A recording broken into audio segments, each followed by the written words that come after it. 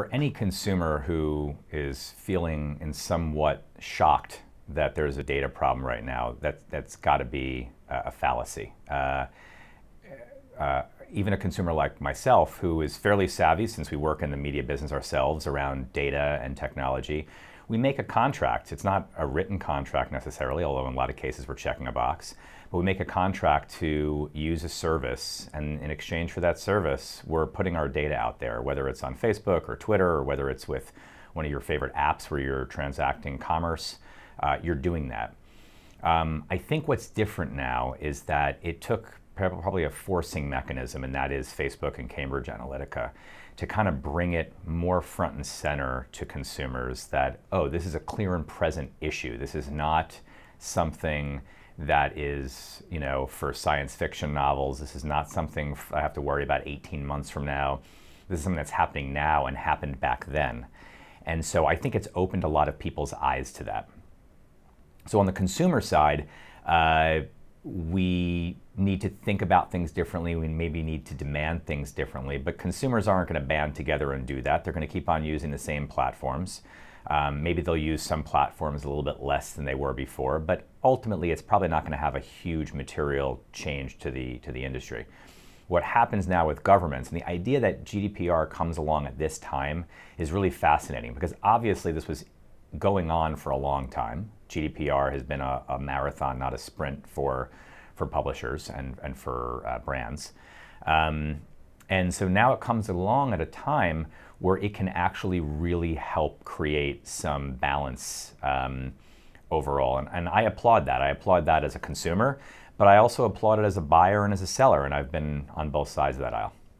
So as a buyer, as a ad agency guy, and your background in buying and planning, what do you find is interesting now in terms of consumer preference around advertising?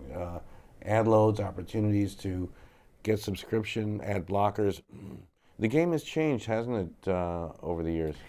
It's changed in that there's a lot more option in terms of how you might want to transact, for lack of a better term, with a publisher.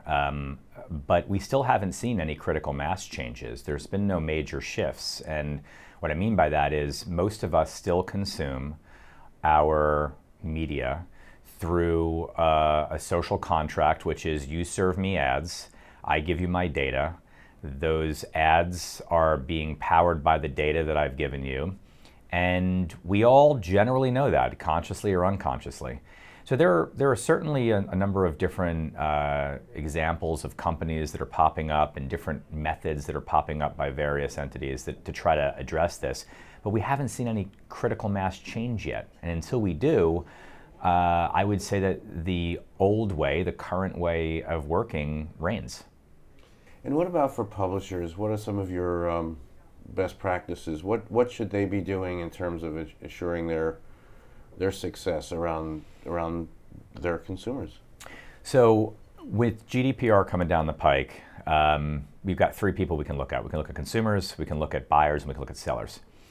For consumers, I think this is a net positive. It's a total net positive, because you want to know, especially in the face of Facebook and Cambridge Analytica, that something is being done.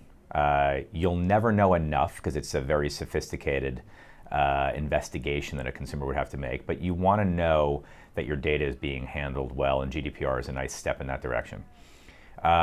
For buyers, it's also a net positive, because ultimately the idea should be that what you're buying is going to be more quality. It's going to be seen by actual people. It's going to be handled with care as it relates to the data exchange. On the seller side, it's mixed, because for some sellers, this has been a moment that has really taxed their organizations. The amount of resources that have had to go into this means that most sellers have had to put other major projects that they were very passionate about and they needed to use to serve their users on hold, or they've had to take more money if they're a startup or whatever. You saw in the instance of Clout, the company actually went out of business. Now, they didn't say it was because of GDPR, but the idea that they were closing down shop the day that GDPR was switched on is probably not a coincidence.